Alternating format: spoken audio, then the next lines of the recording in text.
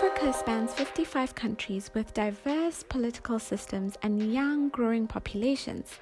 This means its path to development won't look like France's or China's. But though China's population is older, it mirrors Africa's in size. So what lessons from China might apply to development across Africa? Let's look at e-commerce.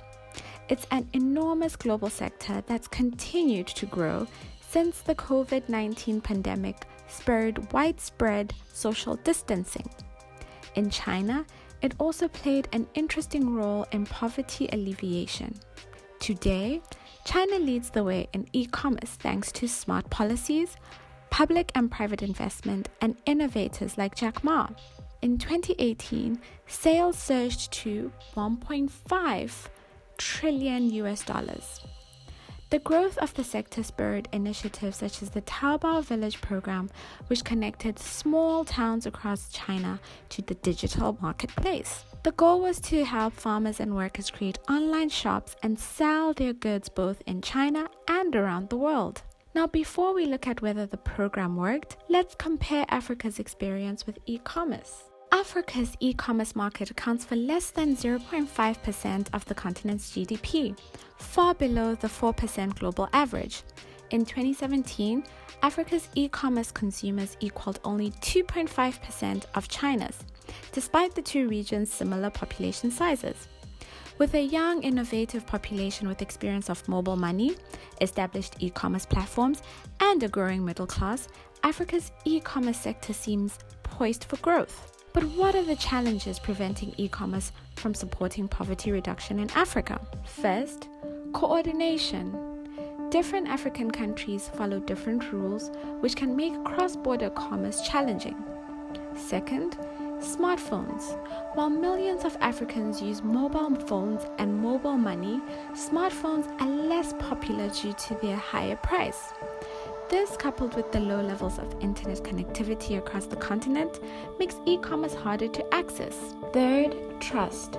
African consumers are still cautious of the delivery and quality of e-commerce, which is compounded by logistical delays and low-quality transport and infrastructure. At the same time, e-commerce sellers can find it hard to reach African consumers without bank accounts. But this is exactly where China's experience comes into play. By applying ideas that were tested and refined in China, African governments can create a ubiquitous, smooth, and poverty-reducing e-commerce market. Here's how. First, connect people. Invest taxpayer money in green, cross-border, physical projects such as transportation and internet infrastructure. Second, build trust and scale by merging e-commerce, logistics, and payments companies, especially with local motorcycle-based companies in cities and villages. Then support the creation of rural e-commerce hubs. Third, continue to expand e-payment options. Find innovative ways to allow people without bank accounts to buy products and open shops. And last but not least, encourage consumers to buy local or buy made in Africa first. Use COVID-19 social distancing and the new African Continental Free Trade Agreement to encourage this shift. China and other development partners can play a major role in supporting this vision. Here are ways they can help. First, provide sustainable financing to build cross-border logistics and IT infrastructure. Without this, e-commerce cannot grow. Second, make bigger investments in cross-border e-commerce as a holistic tool for poverty reduction. Don't just invest in poor areas or niche platforms. Third, provide loans and training to help small businesses and rural residents open shops, not just create bank accounts, take loans, or buy products.